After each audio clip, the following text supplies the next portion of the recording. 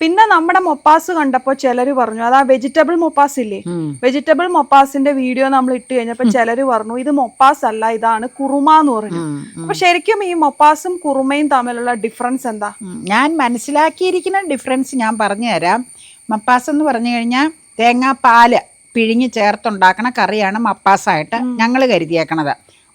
മറ്റുള്ള പൊടികളൊക്കെ ആഡ് ചെയ്ത് തേങ്ങാപ്പാല് പിഴിഞ്ഞിട്ടുള്ള കറിക്കാണ് ഞങ്ങളുടെ നാടുകളിൽ മപ്പാസ് എന്ന് പറയണത്.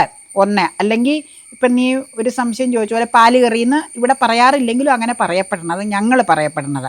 പിന്നെ കുറുമ എന്ന് പറഞ്ഞു കഴിഞ്ഞാൽ നമ്മൾ വെജിറ്റബിൾ എല്ലാം മസാലകൾ ചേർത്ത് ഓൾറെഡി ഉപ്പ് മസാലകളെല്ലാം ചേർത്ത് വേവിക്കുക, എന്നിട്ട് സ്വല്പം തേങ്ങയും അതിൻ്റെ കൂടെ ഇച്ചിരി പെരിഞ്ജീരകവും അങ്ങ് അരച്ച് അതിലേക്ക് ആഡ് ചെയ്ത് ഒന്ന് തിളപ്പിച്ചെടുക്കുക. എന്നിട്ട് പിന്നെ പുതിനയിലോ മല്ലിയിലോ ഒക്കെ ഉണ്ടെങ്കിൽ അതിലേക്ക് ഇച്ചിരി ചേർത്ത് കഴിഞ്ഞാൽ നല്ലതാട്ടോ കുറുമേൽ. മപ്പാസിൽ അങ്ങനെ ഞങ്ങൾ ചേർക്കാറില്ല. അപ്പം പാല് പിഴിയണ കറിക്കെല്ലാം ഞങ്ങൾ മപ്പാസ് എന്ന് പറയും. തേങ്ങ ഇങ്ങനെ സ്വല്പം അരച്ച് ഇച്ചിരി പെരിഞ്ജീരകം ഒക്കെ ചേർത്ത് അരച്ച് ചേർത്തുള്ള കറിക്കാണ് ഞങ്ങളുടെ ഭാഷയിൽ കുറുമയെന്ന് പറയണത്. അപ്പം അതാണ് ഞങ്ങൾ പറയണ രീതികൾ. ഇനി നിങ്ങൾക്ക് വ്യത്യസ്തതയുണ്ടാകാം, ഞാൻ വീണ്ടും പറയുവാണ്. അപ്പം അങ്ങനെയാണ് ഞങ്ങളുടെ രീതി. അത്രേ ഉള്ളൂ. ചോദ്യോത്തരം അല്ലേ?